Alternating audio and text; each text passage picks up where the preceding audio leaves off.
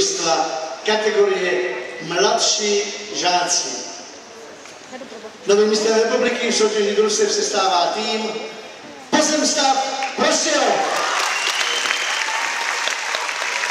Sestava týmu Šimon Marcin, Daniel Políží, Jindřich Šafrán a Štěpán Marcin, trenér Karel Hemerka. V těchto chvílích se právě zasloužená ocenění, váš vyhráli skoro o 3 body, čili zaslouženě ocenění od předsedy technické komise mužů České gymnastické federace magistra Vilama Kociána. Potlesk pro nové přeborníky republiky.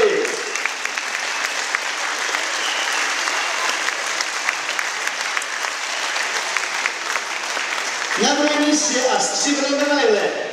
Ty zůstanou doma. Sokol Brno 1A. 193,65 bodů svěřenci trenéra Karvámého, sestava Martin Fiala, Vojtěch Šácha, Denis Vantuch a Matěj Cingl. To je kvarteto stříbrných brněnských hochů. A já vás jako vyspělé sportovní obecenstvo poprosím o potlesk pro stříbrné domácí borce. Děkuji. A bronz půjde do Matičky Prahy, SK Hračany Praha, bronzová medaile. Peter Palek, Jan Angelík, Petr Lukl a David Venturini. SK Hračany Praha, svěřenci Otavy a Labonka, bronzová medaile z dnešního závodu 188,37 bodů. Ano, ještě jedna otázka, odpovím rád. Vítězové 196,95, druhý tým 193,65 a třetí Hračany 188,30. Já poprosím, abyste si udělali snímečky, kluci vydržte chvilinku. Mezitím já mám čísla další pořadí družstev, abyste věděli. 4. Sokol Praha Vršovice. Zatleskáme každému družstvu Praha Vršovice. 5. příjemné překvapení závodu Merkur České Budějovice, 6.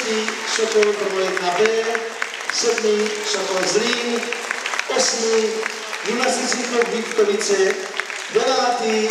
Gymnastický klub Šumperk, 10. Rožnov pod Radhoštěm, 11. Sokol Brno 1C, 12. Sokol Bučovice, 13. Spartak se Zimou do Ústí, 14.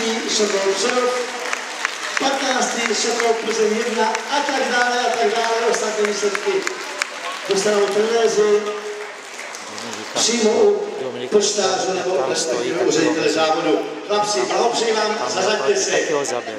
Dámy a pánové, sestry a bratři, přistupujeme k vyhlášení výsledků.